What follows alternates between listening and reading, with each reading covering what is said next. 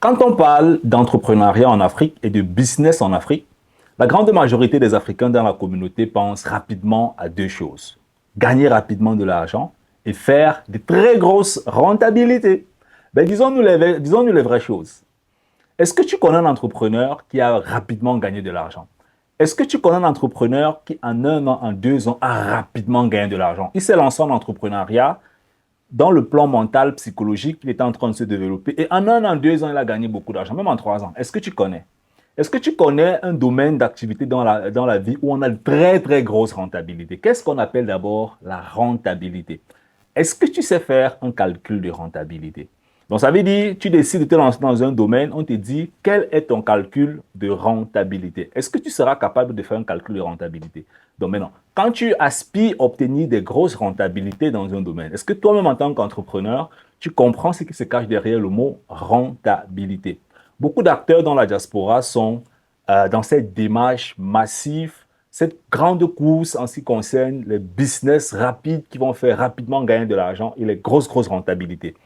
Moi, je vais t'inviter dans cette vidéo à voyager ou alors à prendre la route inverse. La route inverse, c'est revenir au fond de toi, regarder, creuser au fond de toi. Est-ce que tu as les capacités? Est-ce que, en tant que personne qui aimerait s'engager dans le monde de l'entrepreneuriat, est-ce que les outils que tu as actuellement te permettent ou bien peuvent soutenir ces propos que tu présentes? Ça veut dire gagner rapidement et avoir de grosses rentabilités. Est-ce que psychologiquement, tu es à la hauteur? Parce qu'il ne faut pas se mentir, il faut se dire la vérité.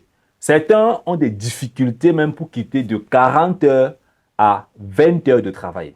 Des gens qui travaillent en entreprise, donc on quitte d'un contrat de 40 heures à un contrat de 20 heures. Ça, c'est d'abord difficile. Parce que les 20 heures de différence que tu vas gagner là, c'est aussi une grosse rentabilité. La rentabilité n'est pas toujours sur le plan financier. La rentabilité peut aussi être sur le plan temporaire. OK? Donc, parfois, il faut regarder la rentabilité sous un autre angle. Si tu vis dans la diaspora, moi, je vais te recommander de passer par plusieurs étapes. Premièrement, regarde comment tu peux quitter d'un contrat à temps plein à un contrat à temps partiel. Ça, c'est un très bon pas et c'est un très bon signe de succès.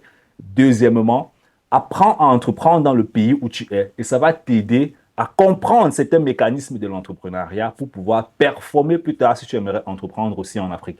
Et maintenant, quand tu vas chercher à entreprendre en Afrique, ne suis pas la masse. Parce que là où il y a la masse, il y a un problème. Quand un mouton tombe dans un trou, c'est possible que les autres moutons tombent aussi dans le même trou. Donc, ne suis pas la masse, creuse au fond de toi, regarde qu'est-ce qui est possible, lis beaucoup, informe-toi beaucoup et prends un couloir, entre dans ce couloir et développe-toi.